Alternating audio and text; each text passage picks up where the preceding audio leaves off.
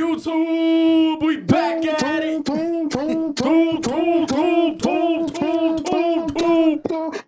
fuck?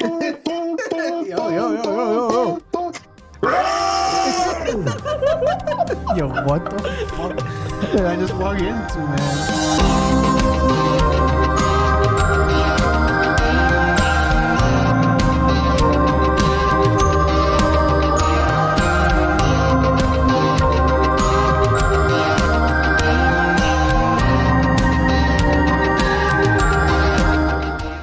Welcome back, guys, to the Brodent Royale podcast.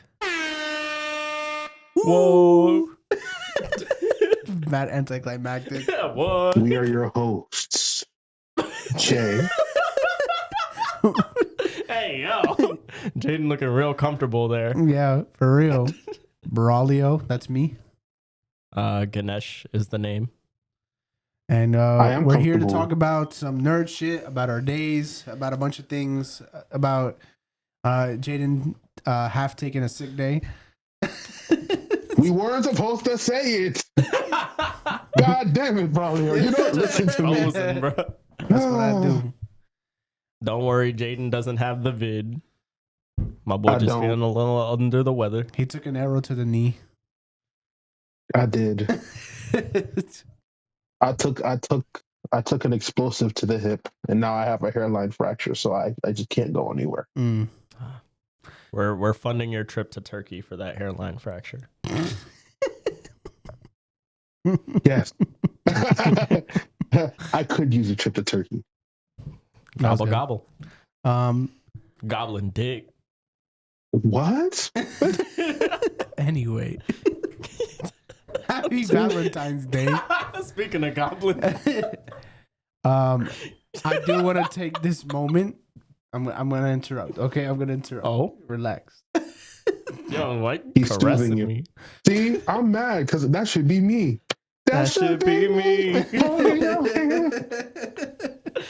I want to take a moment to address someone very special, Nancy, my Valentine, my forever Valentine. Yeah, forever. I just want to say Happy Valentine's Day to you. I wanted to take my podcast to shout it out. You know, I love you very much. I'm appreciative of you. I know you've supported us very much, and I'm very grateful for that. I know, and I can't wait to see what the future holds for us. So, from me to you, Happy Valentine's Day. That was beautiful. Jesus. Oh, no. Never- Because that I've was never actually really heard- cute. Wait. So many thoughtful words in my life. Bro. I'm not crying. It's raining. I'm not crying. It's the hairline fracture. It's the hairline fracture. It's raining. It's a real bad day for rain. You're inside. No, it's raining. All right. Don't mind us. Yeah, sorry. As you can see, there's some impromptu-ness to this, but you know, we still got it. I know we said there was going to be more structure this season. There is more There structure. There is. Trust me. Trust. First, we're gonna start with our catch-up time. You know, so what has been going on with you both? Oh, man. You take it away, Jaydon. Yes, let's hear from address the the man elephant. himself. Wait, Let's address the elephant in the room. yeah, the elephant in the room that I did not record you at all. So we missed all of that. So We we just missed all of heard, we just heard you banging the bat against your arm, going. "Roar!" Well, now I gotta do it again. Now you got to do it again.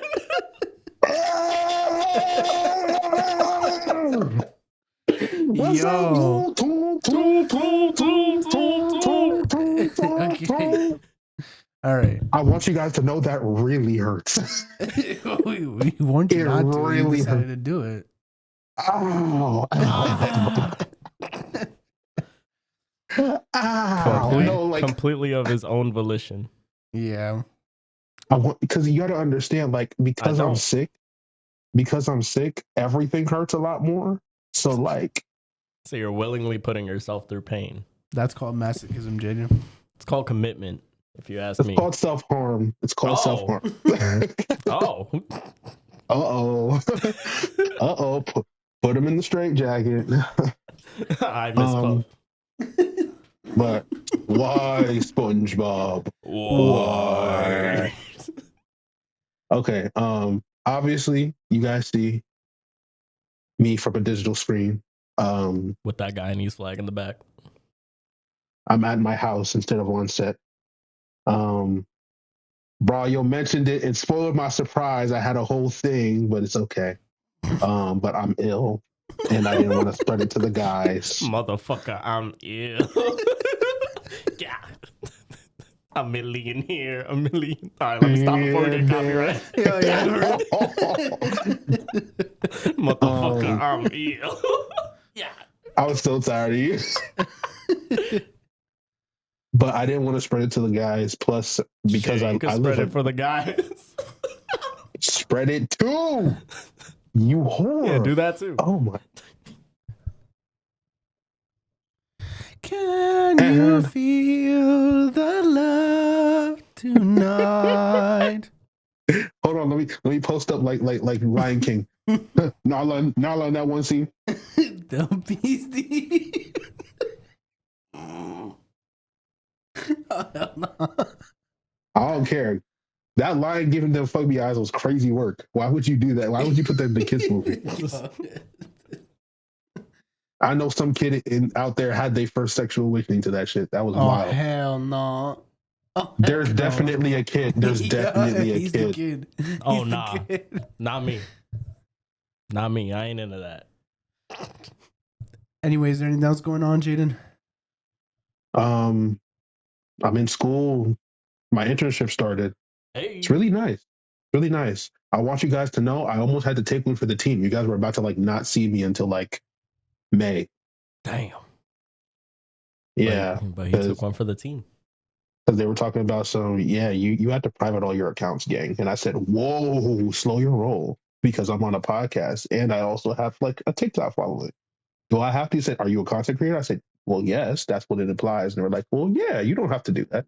Oh. Just don't post your personal shit. Like, if you doing some weird shit, don't, put that on the interweb because you don't want to, anything you don't want to explain in an HR office, don't post it. Valid. Which I think is fair. I think it's fair. I could explain this in an HR office. I probably would be a little embarrassed, but I think for the most part we do good things here, so I think we're okay. Yeah, we're pretty PR safe for the most No, part. we're not. No, we're not. Yeah, we are. Okay, we are PR safe. I mean, there's some things, some jokes, but like other than that, it's not bad.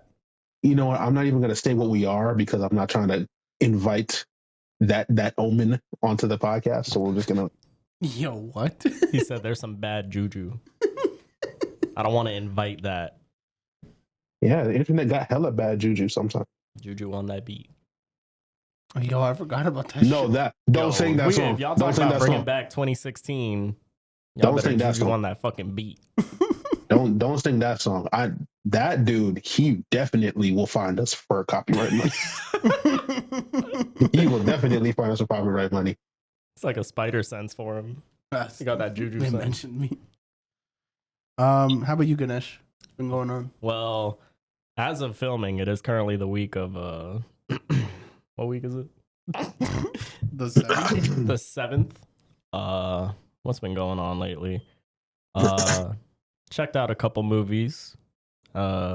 Saw Rocky 2. Rocky 2 is pretty good. We'll get into that later. Yes, we will. Yes, we will. What else have I watched? Send Help came out. Send Help I was have pretty not watched good. it. I want to watch that. We could review it like later on. You could do like a spoiler-free one if you want, but I'll definitely start off by saying that it's more comedy than horror, which could be to some people's benefit. Some people might not like that it's more comedy than horror, but I think the comedy is pretty good. It feels like a Dylan O'Brien laughing compilation. Definitely one of Dylan O'Brien's best laughter performances that I've seen from him. I mean, in general, if you're going into a movie, a Sam Raimi movie, that's kind of what you should expect. I feel Yeah, like you're gonna get a mix of the two. That's kind of what he's known for. Yeah, basically. But other than that, comics that I've been reading, lot of the Absolute line as per usual. You know, Absolute Superman dropped, Absolute Green Lantern dropped. I think they're wrapping up soon on an Amazing Spider-Man run. Seems pretty promising. So been checking that out. But other than that, same old, man. Same old. I would like to say, I forgot we were supposed to talk about the media we are consuming. I would just like to bring that in there. I thought we were going to talk about that later, but since we're talking about it, It's the catch-up time, man. The JJK merchant right here. No spoilers. Spoiler warning. Spoiler warning. Then I can't talk about it. Never mind. What the fuck? Yeah, I was about to talk about some heavy, like I want to tell you, I was about to drop a bomb on the pod. Like, yo, just one of my favorite. You have no consideration for me, dude. Like, none. It's the fact that we had to warn him to be like. He said I was about to drop a bomb on you, dude. Ruined. Just know that if you invested in the Yuji Itadori stock from when he was just Mr. Punching Kickman, we up $1 million right now. Everybody who put stock in Yuji Itadori, we up $1 million right now in the manga. That's all I can say. All right. That's it. That's it. But I gotta cut you off. So you get. I can't talk about the anime. You about to spoil it. You about to drop a bomb, and I quote. The anime is happening right now. If you're not watching it, that's not my fault. Oh my god. Yo, I don't got time. Right. Y'all just not as committed. I was gonna say something rude, but I'm just gonna leave it alone. That's fine. I'll go for it. Go for it, Jaden. Speak your piece. Okay. Speak your piece. Since you in the home for the safety of your home. It's important to communicate. I don't want to talk anymore. It's okay. You heard it in my feelings. Damn. Tell us how your life is living, Braulio. Well, I'm busy. I'm working. Clearly. The only movie I've watched is To All the Boys I've Loved Before. I will be watching a movie later today, which I might cut into this episode, honestly. Dracula. I might watch Dracula too, and if anything, I could pitch in my little fresh out the theater review too. Is it in the theater? It's in the theater? Yeah. Currently at the moment. I'm not going to the theater. Damn. I'm ill, and it's 1 degree out here. 1 degree. Up in north. You know what? Speaking of how cold it is, it doesn't feel like it's that, to be honest. I love that for you guys. Like after it snowed, it felt worse. After to me. It snowed. Really? Yeah, like it hurt going outside, but when I went outside right now, like it wasn't bad. I feel like it'll be really bad at night. At night, it'll be bad. At night, yeah, because that's like when the wind usually picks up. Yeah. I love that for you guys because for where I'm at, it went up. It's 4 degrees now. I just checked. But it's gonna be -6 at night. -6, my boy. You about to become a popsicle. Oh, I'm sorry. No, it's 4, but it feels like -12. Okay. How does it feel like negative? What does negative 12 degrees feel like? Go outside. Go outside. You know what? Oh no, it's most definitely the wind, because when that wind starts to blow, my whole house shake. Yeah, no, we feel it here too. Even your ass?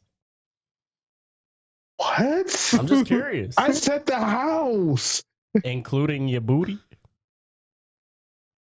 Yes or no question? We need to get you like a toy or something for you to like take that out on, because like what toy we talking about, bro? You know exactly what I'm talking about. This is enough. You need to go put that somewhere. I just asked a simple yes or no question, and you refused to answer, so I'm going to take that as a yes. Okay, so we're going to start with The Notebook. Take it away, Braulio. Hey, get away, Penny. Oh, he dropped his water. So because it's Valentine's Day, in the spirit of Valentine's Day, we watched two. I watched. Yeah. Okay, first of all, I watched both these movies before, and I know them well enough. Don't hold me. Okay. Fair. Okay. We're gonna review 2 movies, 2 romantic movies, and we're gonna start with The Notebook, one of the most classic romantic movies out there. So, and for good reason. Like, go ahead. Bro, Sorry, my fault. when I tell you Nancy, like, she showed me this movie, she's like, this is the relationship I like, this is the type of relationship I fantasize about. You know, like, in terms of, like, how, like, dramatic it is and, like, how, like, they just chose each other from point, like, or at least the guy chose the woman throughout the whole thing, no For matter the what. woman, it took a little convincing. Yeah. Listen, from the woman's perspective, this is a beautiful movie. From the nigga's perspective, you went years not hearing from Shorty. She pop up on you talking about I'm getting married to this other nigga. I made this house that I promised you, by the way. You tried. Like, is it not tragic? Is that not tragic? Yeah, a little bit. I ain't gonna lie. My man's had to climb a moving Ferris wheel to persuade her. That's what I'm saying. He was bro. threatening death. He was hovering his life over this lady who was already on the date, mind you. Yeah, I mean, I think it just goes to show, like, there is multiple perspectives to it. However, like, I can get that what they're trying to show is that, like, he would go that far for the person that he loved, that he was sure of. As somebody who is that crazy when it comes to love, don't expect that out of me 24/7. Are you stupid? 24/7 is crazy. You want me to risk my life and make the world for you? I want to do that. I would love to do that. But, like, I'm only human. Be careful, bro. I fall down. Please. Baby, take it easy on me. Hey, yo, baby. Either way, I think that movie is very powerful in that, you know, showing how far to go for love. I mean, it's what the point of the movie is. You know. Yeah. Did you cry? Did you guys cry? It's really hard for me to cry at movies. You're dead inside. Ganesh, did you cry? I didn't even watch The Notebook, but you know what I did watch? I watched Castaway. Could technically be a romance movie if you think about it. Wilson. That's actually hilarious. I mean, hey, mans was gone for 4 years, and, well, I guess spoiling it. 5, yeah. I guess spoiling it. I mean, coming back to see the love of his life, just married and with a kid, you know, that's I feel like a lot of movies around that time were doing that, because I'm remembering now Pearl Harbor did the same thing. Don't talk about Pearl Harbor. Pearl Harbor did the same thing. Like, she got married to his best friend, and then he came back, he was alive. A lot of cooks in 1990s. Have you guys ever watched Brothers with Tobey Maguire and Jake Gyllenhaal? Oh my god! I was talking about it. NTR movie. I was talking about it like when you were talking about the Doomsday potential opening when with Tobey Maguire. When he's angry, you're talking about that. Yeah, Tobey Maguire as an angry actor, I feel like is underrated. Underrated, dude. That performance in that movie was good. I'm not gonna lie, he had me scared a little bit. Yeah, no, dude. Seeing him as Spider-Man, and then you go to that movie, and you're like, whoa, this guy, like. But mentioning all those movies, I think that trope really fucking works, though, because, like, it's very like powerful message that, like, puts things into perspective more. Like, and it's all these different scenarios too. Like, The Notebook is just one scenario. The Yeah. Pearl Harbor is another. I think he's dead. Brothers is another. Like, what's the plot of To All the Boys I've Loved Before? I've never watched it. Okay, yeah. To All the Boys I Loved Before is the other movie. No. We gotta finish The Notebook. Okay. I definitely have more comments, but I also wanted to say, Braulio, brother, if you're called to make a house, you won't have to do it alone like that, nigga. I shall help you. Word. All right. Word. Bro, I like as long as I get the basement. I think me and Nancy have discussed this. Like, we would love to make our own house. Like, it's really, that's something that's crazy to me. Like, especially in this day and age where, like, it's hard to find land in the first place. It's hard to find land. It's hard to invest in something like that. But there's a lot of process to it. More than just, you know, I bought land, built a house. You have to go through, take into raw materials. Raw materials. You got to go through zoning, like laws, all that. But licensing, all that stuff. It would be an absolute dream. Like, imagine, like, I love making stuff. I love, like, building stuff. If I got to build my own house that stood tall, and it was like as we imagined it, and we like pass that on to the next It's the generation. American dream. Bro, that's like a part of my legacy. I would love to do that, and I'm glad that you guys are willing to help. I feel like that's actually what that whole thing is about, really. Yeah. The whole house building era is like that exact thought process. What everybody was thinking about is like, I'm gonna make a house, and I'm gonna give it to my kids, and they're gonna give it to their kids, and then you get to now, and it's like, yeah, and I'm selling it to this like random sleazeball across the street because like he promised it like 3,300 for it. Yeah, no, I mean, and I think for those reasons, it's why like a movie like The Notebook, to me, is so powerful.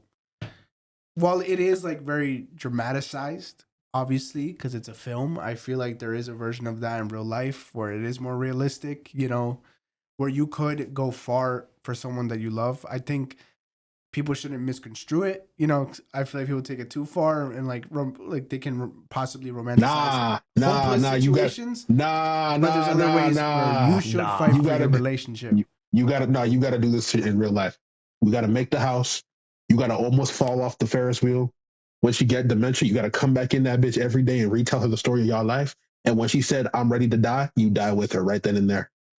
Can we talk about that? He died on spot. He died on command. He was waiting. She said, "I'm ready to go." He said, "Bet." Got in the bed and died with her right then and there. He was perfectly fine.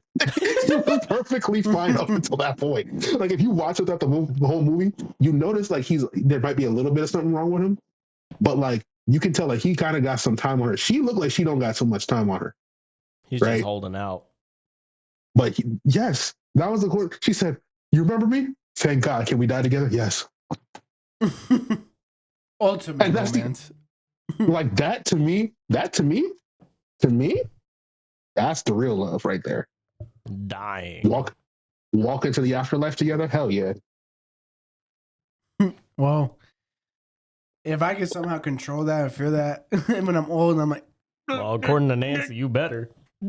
Yeah, you better figure it out, bro. Better start conjuring and necromancy. She's not like that, but she just like it's just about fighting for like your love. Like there's a lot of people who don't do that. I feel like where they kind of like one thing wrong and it's just like that's it. I'm done. What do you want?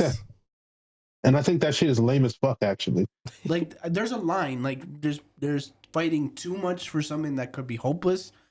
There's not fighting enough for something that like you should fight for, you know.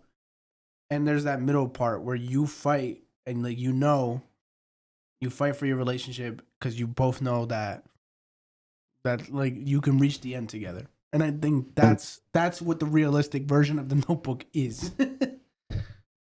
And then there's fighting, but then you fight in the shadows, but then it don't work anyway. Fighting in the shadows. Don't worry about it. What do you mean don't worry about it? You just said what? Don't worry about it. Lived experience. Anyway, so all the boys I loved before. The plot of that. So just to fill you in on what the movie's about, To All the Boys I've Loved Before is essentially... Shout out the boys. It's based off a book that I didn't read. Nancy read it. Oh. I never read it. It's about a high school girl who, throughout her like life when like middle school and then now high school, she had like 5 crushes, like 5 main crushes. And what she would do instead of like telling her feelings or anything like that is she would write a love letter to them, put it in an envelope, like address it to them completely, and then hide it away. And then I like the that. latest, Mind you, she would put the address on them. Yeah, she would put the address on them, like just in case she wanted to just send it out there. No, this is important later. Yeah, this is important later. I'm gonna say my thoughts, but like, so eventually her little sister finds them. She finds the letters, and like before this, she was having a conversation. Jaydon can speak. Jaydon can speak on how little sisters are. You can't hide shit in there. Yeah, so she was having a little conversation beforehand, before finding the letters, where she was like, "Oh, you should like get out there, find a boyfriend, this and that." She finds the letters and Oh no! The cameras. I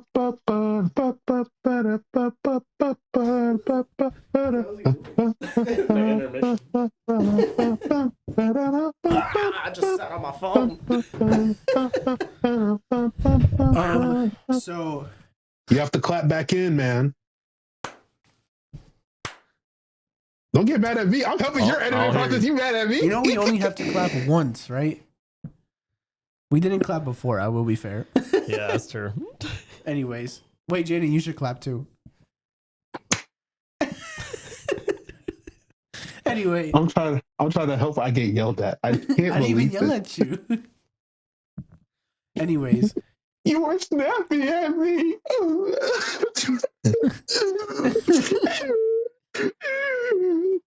Is that Muscle Man? Anyway, Okay, go ahead. Sorry. she finds the letters, and the little sister decides to just send them out. I mean, shoot, they got the address on them. And I would have so- thought so too. It becomes this whole thing where one of them, comes up to her. They all have the letter, and it creates drama that, in my Peter opinion, Kavinsky. just in my 1 cent opinion, could have been absolutely avoided. But okay. Peter Kavinsky. Peter Kavinsky. And now we can kind of get into it. That's kind of the plot of the movie. Drama Fair. ensues. Drama ensues. Romances bloom. This is all in high school. Yeah. This is all it. Interesting. And they like the guys Wouldn't have especially happened in look our high like they're school. fucking 30, dude. Yeah, That's no. common. First things first. Maybe this is just me being mean. They make the main dude like this. Oh my god, look at him, and I'm just like, I know like 6 of him in Clark. Like In Clark. just like, Wait, what do you in Clark, mean? New Jersey, like visually, there's like 6 dudes who can look just like Noah Centineo or whatever. Oh. Yeah, I was just like, he's a good. Not to say he's ugly. He's a good looking dude, but like he's a normal looking dude. I mean, my whole thing with this movie is that, like, if you're going into this movie, it's a very Gen Z movie. I figured. We Oh, are yeah, for Gen sure. Z people. Like, we are Gen Z. But We are Gen Z. I have such a pet peeve with Gen Z movies. You're making us sound old. Stop. You're making us sound like a fossil. Elder millennial. Elder zillennial. We're zillennials. We're Z, but we're We are like zillennials. different. Dude, I'm We're, like, sorry, different. bro. We're But, like, Oaks. during that time, there was a lot of movies coming out like that. I didn't Yeah. watch like any of them, but Was- I just know the I style. watched Like, Was them. it a Netflix original? I Yes, think it is. so. And it's That- just this listen. thing where, like, all the drama was so avoidable. Like, it was so avoidable. Be glad you watched that and not the kissing booth. Oh, hell no. That's No, no, no. next on Kissing. the list. Oh, heck no. Next Valentine's Day. Kissing booth is actually so much worse. Isn't that the one with Because- Jacob Elordi? Yes, and that's the point that I'm going to make. With We're talking about niggas who look like 30. Jacob Elordi mogs everybody in kissing booth looks their age except for that nigga. Straight up 25 years old in high school. Yes, everybody looks like they're around like no, you but know 18. no, okay, wait, but there's that YouTuber who's in To All the Boys I Loved Before. I don't remember. I forgot his name. He would make, like, comedy videos. Markiplier? No. Markiplier, like we wouldn't know Markiplier was in there. I'm gonna look it up. Anyway, the trope is like a fake lovers scenario. So what happens is, right? We're talking about the Shuddy kissing booth or To All the Boys I Loved No. Before? saw the boy that lived before. Alright. So Shuddy gets her shit mailed. She tweaks out. She goes and finds a nigga. He like, so I got your letter, Ha ha ha. Right. right? And the thing is, homeboy just broke up with his ex at the time. So he said, you know what? Bet we gonna fake date so that way she get mad, you get clout, so that way you can get you a new nigga, and we just both get what we want, and it don't be that deep, right? She come up with all these different rules and regulations and shit. First of all, you know what? I'm not gonna say that. That's rude, actually. Anyway, Oh.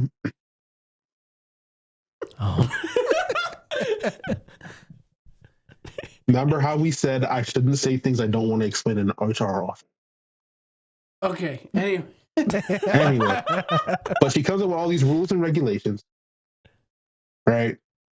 And me personally, if I was in that scenario, I'm not doing half that shit. What the fuck is wrong with you, Shadi? Like,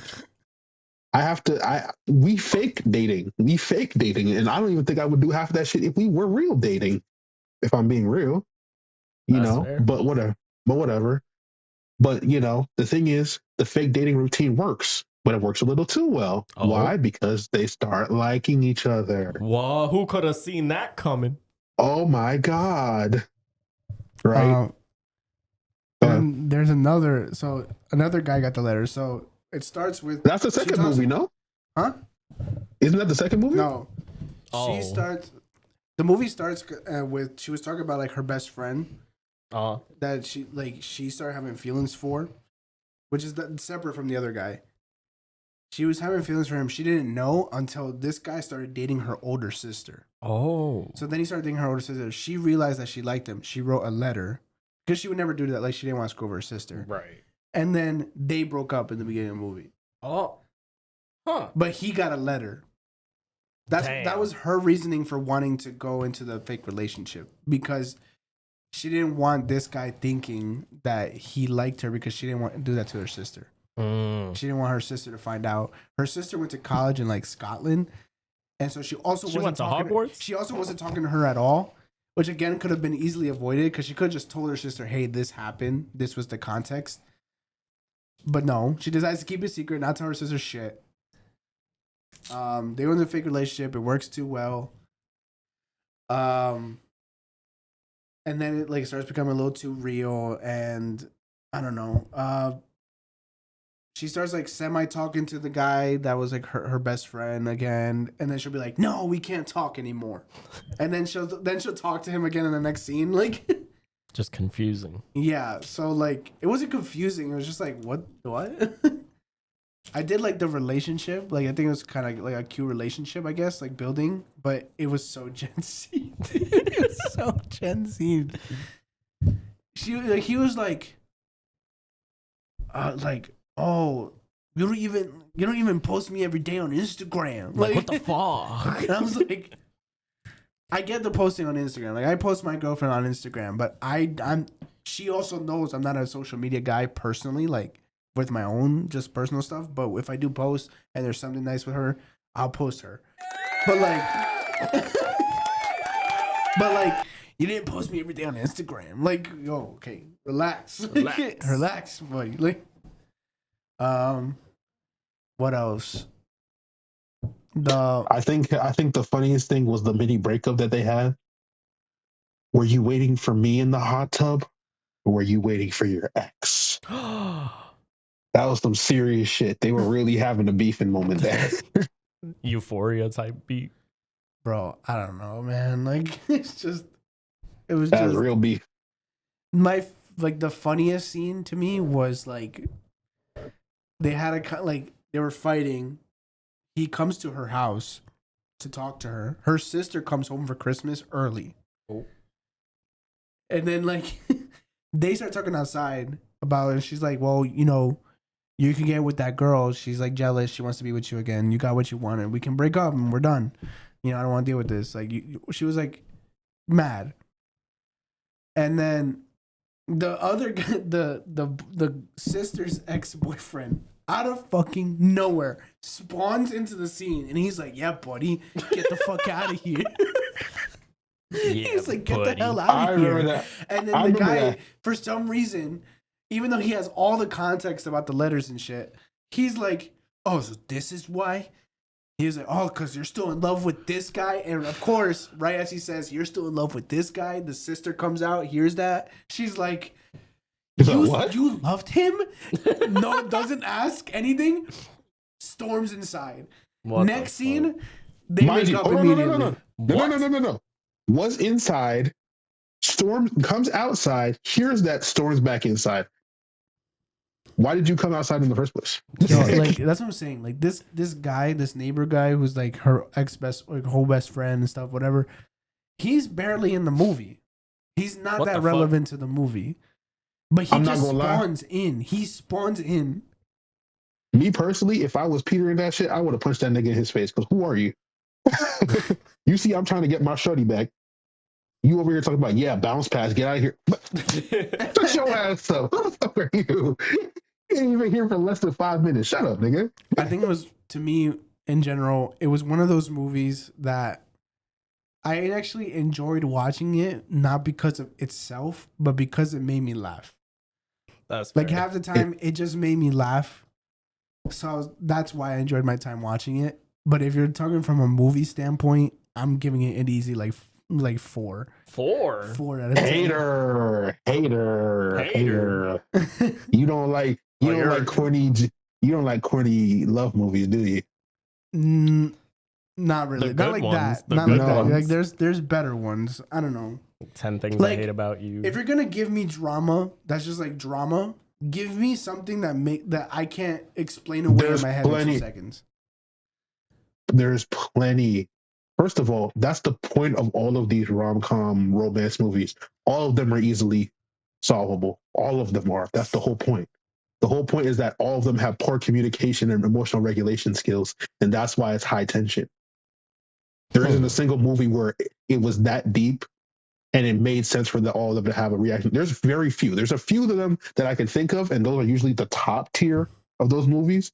But the ones that we always talk about and whatever, all of them have that same issue. Can you name other rom-coms? And I was like rom-com. I'll name you a movie. There was a movie that it was Sandra Bullock. I forgot the other person. And Ryan Reynolds. The Proposal. Is that the one where she's sick? Where she's sick? And yeah, there's one where the female lead was sick. Hold on. Does it have Ryan Reynolds in it?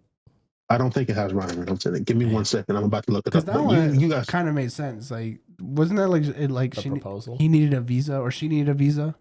The Proposal? Yeah, like I thought they were like secret agents. No, I think she needed like a visa. Like she was about to get deported. Oh damn! And so he married her on paper. Huh? And then they fell in love. It'd be like that. That's different though. Ooh. Again, remember I said that there are movies that it is that serious, but those are the better ones. Hold on. But I'm gonna tell you the movie that I thought, when I think of this one, I think like this is one of those good ones that I think is a real good love movie. My boy going through the deep files on the interwebs. He's hacking into the main server. He locked in. I hate you. I don't know many rom-coms. Yeah, I feel like romance movies in general. I did recently watch The Squid and the Whale. I forgot who directed it, but it's got Jesse Eisenberg in it. Mm-hmm. Mark Zuckerberg. And the guy from Dumb and Dumber, I think Jeff Daniels is his name. But yeah, that movie sucked. It was like very artsy fartsy. Like it's like the plot is basically 2 English like professors get a divorce and their kids have to like face the repercussions. One of the kids starts jerking off in the supermarket. The other kid starts becoming a male manipulator.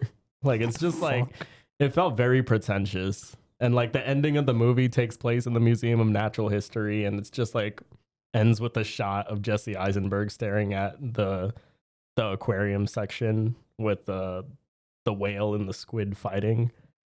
And it just felt so pretentious.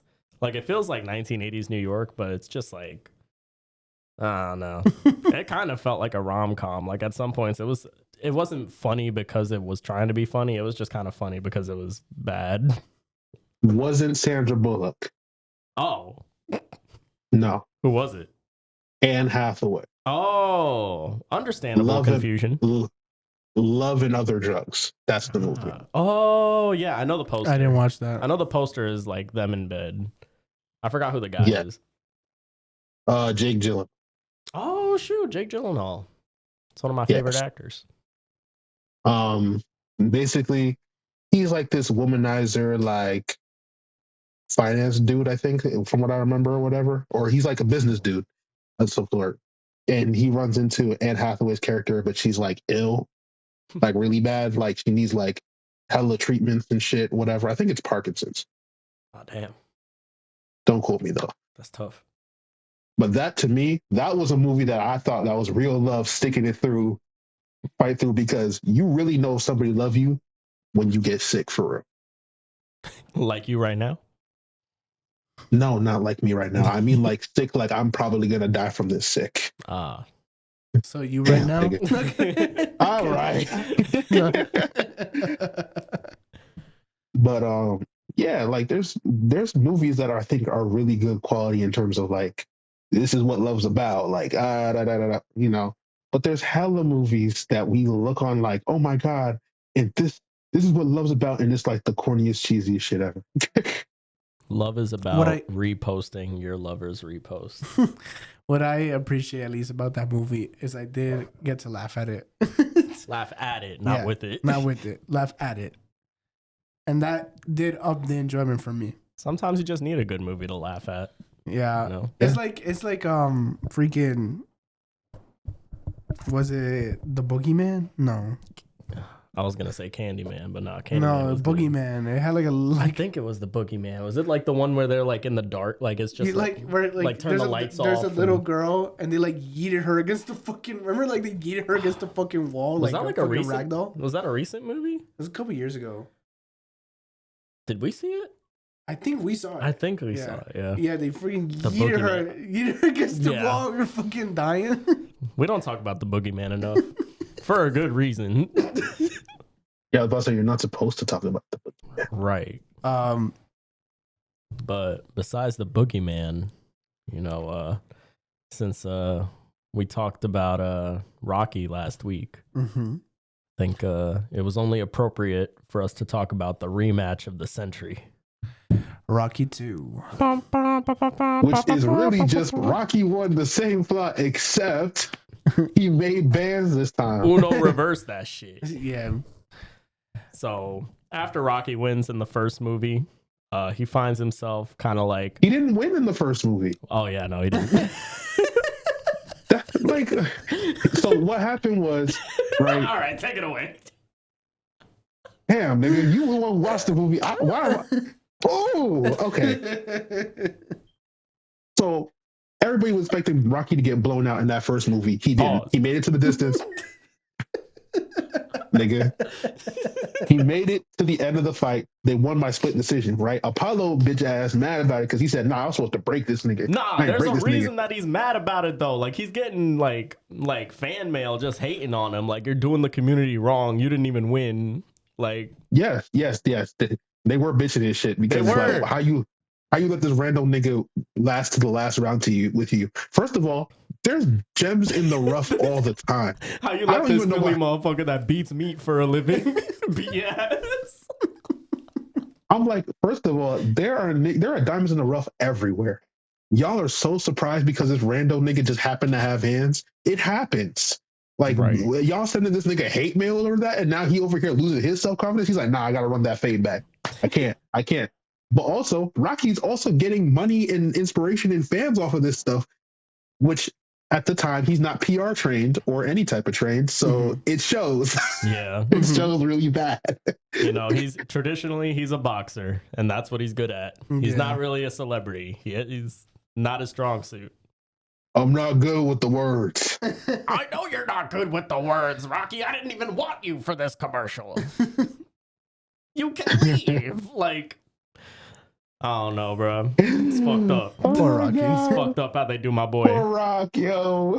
Like, he really just got thrown into this world when you really think about it. Yeah.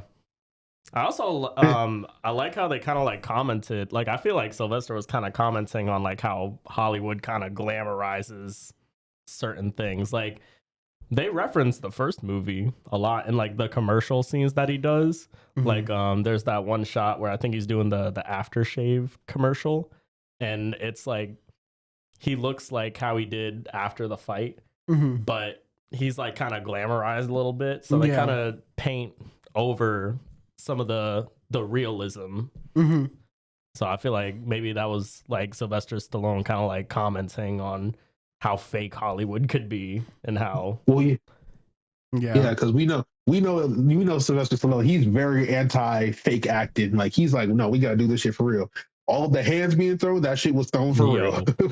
And that stays consistent. That stays consistent throughout the whole thing. I'm pretty sure. Like, yeah. Because even Which like even Creed, like even with the Creed movies, like that man was getting punched for real. Yep. And I was like, no, they throwing hands for real. Like that's real shit, which is scary. I'm like, I wouldn't want to act in one of these movies if I'm just an actor nigga. Like, imagine you one of them Fairy Gazelle actor niggas, and you decide you want to be in a Rocky movie, and then that nigga said, "Nah, we got to Rocky your shit for real." Hey. Well, I think back in the day with movies, like it was more common to just do things like that. I think they need to be like that, bro. Yeah, I think they need to bring some of that back. It's a little dangerous because, like, you look at Jackie Chan. Like, he's a legend. Jackie Chan's a legend, but that man broke nearly every bone in his body. Like, broke my back. Making movies over the decades. I feel like we can't have only Tom Cruise being the nigga who's still keeping that type of movie directing alive. Not at all. I think John Bernthal might be doing that a little bit. Own stunts. Yeah. But sometimes it's not even about the actors. Sometimes it's about the studio. Like, studios are a lot more on top. Yeah. They're too safe. They don't want people to. Well, the other thing you got to think about is, like, if something goes wrong for real, they suing the fuck out of the directors in that studio. Like, that's the problem. You know? That's true. Unless they sign a contract saying that they can't. You know? But who in their right mind doing that? Like I said, Fairy Gazelle actor niggas, they wouldn't do that if they're in their right mind. True. You know what I mean? Imagine you on some shit, you do a little stunt, next thing you know, you end up like Christopher Reeves. Obviously, I'm suing the fuck out of this company. Yeah, you know? That's fair. But back on Rocky 2, I mean, shoot. I guess there is like a pretty big contrast between Rocky in the first movie and in the second, where like he does kind of let the fame get to his head in some aspects. Like he sees that Adrian's pregnant, and he sees this. He wants to provide for Adrian, kind of similar to No Other Choice, which I kind of saw a lot of comparisons where he feels like he has to provide. But Adrian is actually kind of like, no, Rocky, you're kind of like losing yourself. Like, you're losing your sense of self the further you get into the celebrity aspect of the boxing life. So I thought that was like a pretty interesting way of looking at it through Adrian's perspective, where it's like, yeah, I really like Adrian's position for him in like his character development. Like, if he's going anywhere off the rails, she really does bring him home. Yeah, she grounds him. Yeah, because I mean, Rocky was gonna retire. Because he saw like, oh, I'm gonna have a kid soon. Like, I'm making enough money as it is. I think this is gonna be my last fight. And then Adrian says, "The Rocky I remember doesn't quit." So it's like, I just kind of brings him back to his true character. I think the funny thing that I love about Rocky is that he's always almost about to retire. No, for real. y'all gonna see in the next few movies. He was like, I'm about to retire. A nigga wants to box. All right, I guess we're fighting. I'm about to retire. A nigga wants to box. All right. I'm saying this is just a pattern. I'm not saying anything. Yeah. But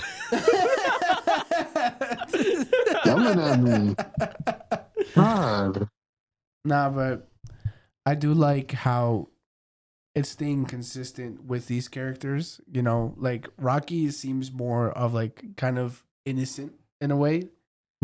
Like he's going through life casually, kind of doing all these things. Like he was the mafia ties, kind of, but he's kind of like, I don't know. He kind of seems clueless to it all. Like he kind of has like a spark of innocence to him. Yeah, where he's a fighter everything at the same time. Very like of mice and men. Yeah, and he's a fighter as well, and he's trying to do the right thing.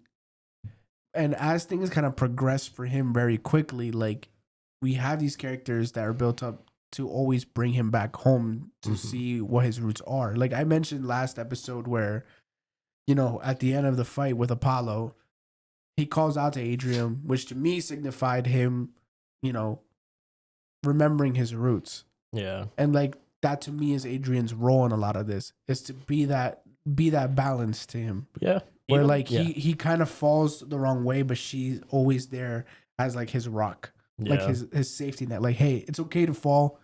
You can follow me and I'll help you like go right back up. Yeah, that's fair. I feel like another thing with Rocky is like even during the press conference when he was with Mickey and forgot the Paulie talking to Creed with the press, like hounding them with questions and stuff like that. Like, oh, Rocky, what are you gonna do to him? It was like, I don't know. He seems pretty tough. Like, I mean, he's humble about it. Yeah. He's honest and humble about it, but his honesty kind of doesn't translate well to the opponents that he usually faces, like Creed. Creed kind of like takes it as an insult that when the interviewer asks him like, "Oh, Rocky, what do you plan to do with the money?" He's like, "Oh, I don't know, maybe buy some Muppets." like I mean, yeah, he's gonna have a kid. He's gonna buy some Muppets. But like being his opponent, I would be like, "You're gonna buy Muppets? You're gonna pay off your rent? Like that's your mindset going into it." But it's like, how dare you be a nice, normal person? I'm gonna beat your ass. Like I'm gonna beat your ass. That's how he should be talking. I also think one of the funny things, and I really enjoy this in the fight, because like he's a southpaw fighter, if I remember correctly. Yeah. All I remember. Yeah. Okay. So the fact that he said, "Actually, I'm gonna fight orthodox because my eye fucked up." Yeah. Right. And then right then at the end, he said, "Switch." Started rocking Apollo and shit. I love that. I love that because like there are also animes that do that trope. I think the anime that I think of most recently with that trope was it was like the sequel to Seven Deadly Sins. And Bond's son kind of did the same situation where he switched up and then his whole entire energy shifted and everybody's like, "Whoa, don't touch that nigga, leave him alone." I feel like it is kind of like a task in and of itself to translate storytelling into fight scenes.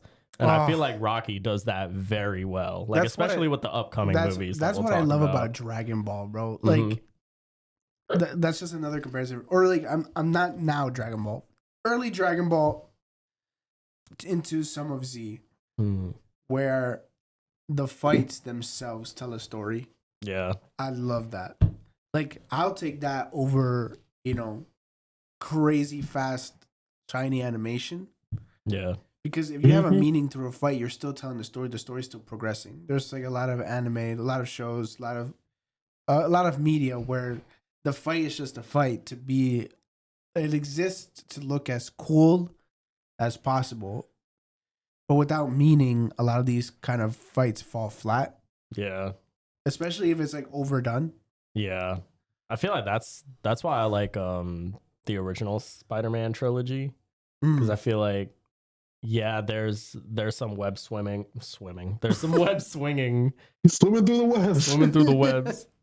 There's web swinging involved in some cool actiony sequences, but I feel like at its core, those fight scenes that would happen in the Spider-Man trilogy were just brutal. Yeah. Like we kind of missed that brutality later on into the MCU, and I wish that they would bring that back, which I mean all them half-back situations with Tobey Maguire and you just see the eye and he's like, "Oh shit." Like bro, they don't do battle damage anymore. Like they just have nanotech. Yeah. But I going back to Rocky, I do like how they tell that story like within a fight, and you really have to analyze the fight to understand what's going on narratively. Yeah. During it, Yeah. What's truly causing Rocky to eventually win that fight, to conquer, to like overcome Apollo Creed, not just physically but mentally too, because a lot of it is also that. You know? I mean, he's got to remember like what is he fighting for? Exactly. And I appreciate the Rocky franchise for that, because I feel like even in Creed it goes on to do that. Yeah, for sure. Well, I think what I liked, and I think this is also like, granted, this is also because of what they have available for them during the time, but I feel like it has its own charm and means more to me, is the fact that it's not really easy to see, right? I think Creed does the same thing, but like, I feel like in Creed, you can see it very easily, especially the last Creed. Oh, yeah. The last Creed, like... But I like that. Yeah.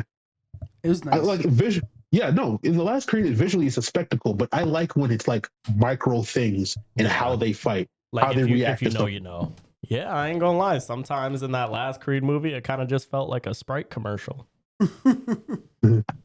But yeah, no, when you're able to kind of like, I love it when movies don't spell things out for you and just like hands feed you, or like not hand, spoon feed you like certain things. Like it's better when like they kind of just let you sit with it and then you just pick up on it. Well, I think that's just a common problem in the industry today, that because, you know, people have shorter attention spans because of social media, a lot of films that follow suit. Films may be like an hour and a half to 2 hours, but they're cuts. They're like, they spell out things way more for you. They show you things right in your face a lot more. Sometimes they repeat a lot of the same thing in the same movies just to make sure that you understood what happened. Exactly. Like, and I think it destroys a movie's rewatchability. Yeah, in my opinion, I agree. Like granted, they're also, because, and I think that's how they compensate, right? Because they show you everything, but they give you a lot to see in 2 hours. Yeah, because that's another thing about like these days with the attention span, is like the spectacle is what starts to matter more than the message. Yeah, you know, you give such a like high spectacle, a high quality visually. I mean, that's basically what Avatar, stimulating Avatar. So, and it's good. Avatar, like, Fire and Ash. Sorry, I'll stop. Not wrong, Avatar, Fire and Ash. Yeah, but you know, when you watch these classic movies, you know, you go back to Rocky, you go something like that. After being used to what it is nowadays, it's very refreshing. It is, and it's very obvious to see that difference. Yeah. I also love me a good training scene. I love a good training scene. Yeah. And I will never shut up about it. My favorite one's coming up soon, actually. Oh, really? Yeah, Rocky 3. Oh, Rocky 3 is your favorite. In terms of the training scene? Yeah. You know what? That's fair. That is completely fair. I think Rocky 4 might be my personal favorite, which I feel like is probably the more popular everybody's favorite. One. Yeah. Everybody's, in terms of the fight, that's everybody's favorite. But I totally get why Rocky 3's training sequence is like... My underrated one is Rocky 6. Huh? When he's older. I can see the merit in that. Dude. Fair. We'll talk about it when we get there. We'll talk about it when we get there. I think it's just underrated. I don't know. Something about it just I think it's underrated. I think it's underrated too. I can't go into it without getting into it, so we're just gonna leave it there. Yeah. Y'all are gonna have to stay tuned. Last thing before we get to our recommendations, I do want to talk about one project that, you know, despite how nowadays art is a nice welcome change. I want to talk about Wonder Man. Wonder Bread. You guys saw my little short about it, but we're gonna give a little bit more of an extensive review for Wonder Man. I didn't watch it, guys. We're gonna revisit this. You better, when I'm done watching it. You better breeze through all of them episodes today. Today. It's 8 episodes. I'm telling you, I'm gonna have it ready. Don't worry. Have it ready, bro. Make sure you get the right sunglasses. Do you want to wait for it? It's up to y'all. Do you want to wait for it? I mean, we're at an hour. Okay. Y'all can hear our Wonder Man review next week.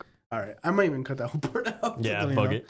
Or not, don't. Okay. So they know what to look out for that. Because what everybody was telling me was about like somebody said as a West Indian, and once I heard that, I had to click off. Because I'm like that means it's gonna mean something to me. Shit. Oh hell yeah. No, dude. Trust me. The anxiety. Wait for what? The anxiety aspect of Wonder Man. Oh. Just like things that he does, like certain things that he does. Mm-hmm. And also just like the family reunion scene. Mm-hmm. There's definitely some relatability to certain groups of people. And it's just like, all right, they know what they're doing. So what we can talk about from it is this. And then I'm going to ask you to, because Braulio, you had brought up to me that the director for this was the director for Shang-Chi and also Brand New Day. Yeah. Does this add to the hype for Brand New Day? Yes. Really? Because it adds to the hype, because it shows that he cares about the projects that he's doing. and that he's capable. Like he's very much capable of having a well-written script. You know, working with a. And I know he's not doing everything. You know, the writing is a big part of it too. But he's very good at getting the message across that needs to be sent. I think Shang-Chi is one of the gems of Phase 4, where there's a lot of like short straws. And then you go to this and you see Wonder Man and the things that he was able to do with that. Like a character that like no one cared about. You know, no one had faith in Wonder Man, and now it's come out, and like anyone who's watching it is like, wow. They were very pleasantly surprised. To do that, you know, especially with Wonder Man who's very unknown and freaking Trevor Slattery, who's like very much hated in the MCU. Yeah. And was very impressive. And the fact that he is tackling with all those skills with the Shang-Chi, like the same team that's working on the fight coordination, and like his skills in filmmaking, like, and the stuff we have seen about Spider-Man Brand Day with like practical swing and things, like it's showing that this guy gets it. This guy understands the assignment. They said something about practical. They said something about practical swinging for Brand New Day. There's footage of Tom Holland doing practical swinging. I haven't seen that. Sorry. Yeah, there's practical swinging now. And there's a real suit. Like, before Tom Holland was wearing like a freaking mocap suit. No, the thing is, all right, peak Tom Holland in the MCU was Civil War because he had the practical suit there. But it wasn't used. It wasn't used, but like they still had a practical suit at that point. After that, it was just Iron Spider. And just, it was just a mocap suit, and they just put stuff over it, like effects over it. So I'm glad that they're coming back to practical effects using, you know, less CGI for the most part. I think CGI is useful, but I don't think that it should carry the weight of scenes. Yeah. And the Spider-Man franchise has shown that it can be done very well. I really want you to hold on to that point, Ganesh. Yep. Because what we talk about next week, I have so much to say about that. All right. We're going to talk about it next week then. About the CGI? Yep.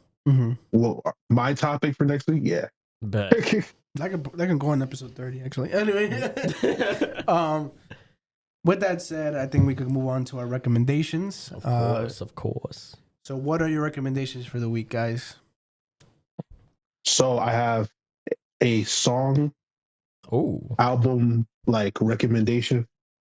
So I saw this TikTok about this guy. He said the problem with people nowadays is that they don't have playlists dedicated just to music production, just to hear some shit that's just musical or whatever like that. And I think he is absolutely right. And I don't think he knows how right he is. So what I'm going to leave you guys with is a jazz fusion band called Return to Forever. Ooh. They're a jazz fusion band. Specifically, I want you to listen to their album Romantic Warrior. Romantic Warrior. My favorite song off of there, and this is the song that introduced me to them and, you know, the whole jazz fusion genre. Came out in 1975. Yep. Was Medieval Overture. Ooh. Now, when you play Medieval Overture, it's going to sound crazy in the beginning. Stick with it. Listen to it for the whole 5 minutes. 5 minutes and 14 seconds. It's going to take you on a ride. It's going to be a good ride. Shit. Looking forward to it. Looking forward to a good ride. Hell yeah. I guess my recommendation, along with music, if you're going to follow up on that album, I'd probably recommend listening to Moon Madness, album by a band named Camel. Came out in 1976. It's a British progressive rock band. Kind of similar to last week's recommendation with kind of like psychedelic a little bit. Just something to You in a bag with this psychedelic rock. Hell yeah. You know what's crazy though? My recommendation might be right up your alley. You really need to give it a listen. I believe it. Trust me. I'm a participate in some activities. Look a little too hype. Wide-eyed right now. He's like, I'm a listen to it. I was like, I'm in there. I'm in there. But yeah, think it's Moon Madness. Moon Madness by Camel. That's my recommendation for this week. All right. I'm going to stick to music too. Why not? Listen, my music taste, a lot of the time when I'm in my car, is because I'm always imagining films and stuff in my head, storyline stuff. Especially for something that I would like to make in the future that I will not talk about. Fair. I'm about to say. Yeah.